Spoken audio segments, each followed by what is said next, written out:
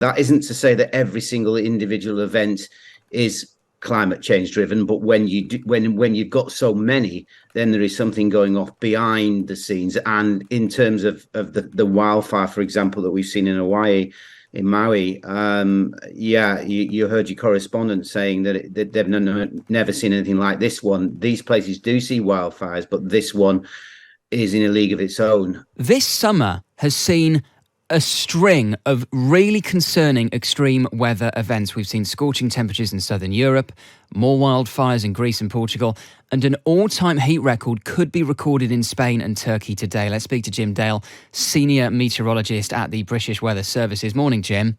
Good morning, James. Obviously, extreme weather events are nothing new, but they do seem at least to be becoming a lot more frequent. Is that true? Yeah, I'm losing the ability to count these things on my fingers because since the summer started and even before then, to be honest with you, globally, I know we can look at our own little world here and think that not a lot's going on, but there is a lot going on. As a meteorologist, I've been doing this for 40 years, give or take. First of all in the Royal Navy and then for British Weather Services, and I've never known a summer like this in terms of the impacts that are going on. It's not just the wildfires, of course. It's the heat, it's the floods. It's one record after another, and virtually every single continent. And if it's not the continents, then it's the sea, the oceans, in terms of record ocean temperatures, record loss of Antarctic ice, sea ice, that is, at a time when it's their winter time. So I have a little game which is called Join the Dots. We've all done them as kids, and when you join all these dots, you see a picture, and we have arrived at that point where we can see a very clear picture that this is climate change driven. There is no doubt about that whatsoever. That isn't to say that every single individual event is climate change driven, but when you've got so many, then there is something going off behind the scenes. And in terms of the wildfire, for example, that we've seen in Hawaii, in Maui, you heard your correspondent saying that they've never seen anything like this one. These places do see wildfires, but this one is in a league of its own, and that's got signs written all over it in terms of the climate changing and making this possible. And just in terms of what is happening specifically in Hawaii, you've got the wildfires, but then also it's the double whammy of Hurricane Dora, which is fanning the flames.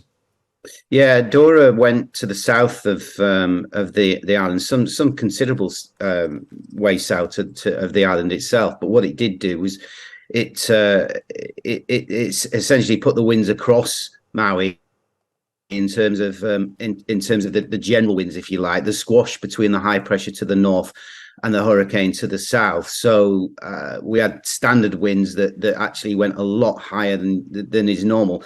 And when you get a wildfire, let's be clear about this. Wildfires can be contained, generally speaking, if the wind isn't blowing. It's when the wind blows that the problems arrive, when you've got the tinderbox driven by drought conditions that have been there for some weeks and months now. So you put that all together, and the wind is your big danger. It was a few years ago in Greece, where people again jumped into the sea to escape. Sometimes these winds, and I think on this occasion the winds were over 60 miles an hour. You're not going to run from those sort of things. It's going to catch you. If you're in the wrong place, sadly, you're going to lose your life. Many people have done. So, it really is one of those devastating apocalyptic type events that really and truly are very difficult to escape from.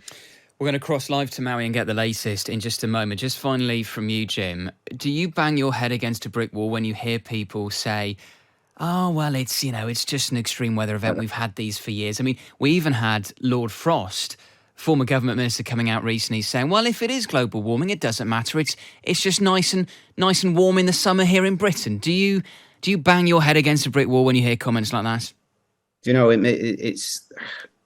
I've spent the last few months debating on one or two TV channels with these people. And and there has to be a reason why they're doing this, and it's nothing to do with science. It's absolutely nothing to do with a personal view that climate change doesn't exist. It's got to be something else.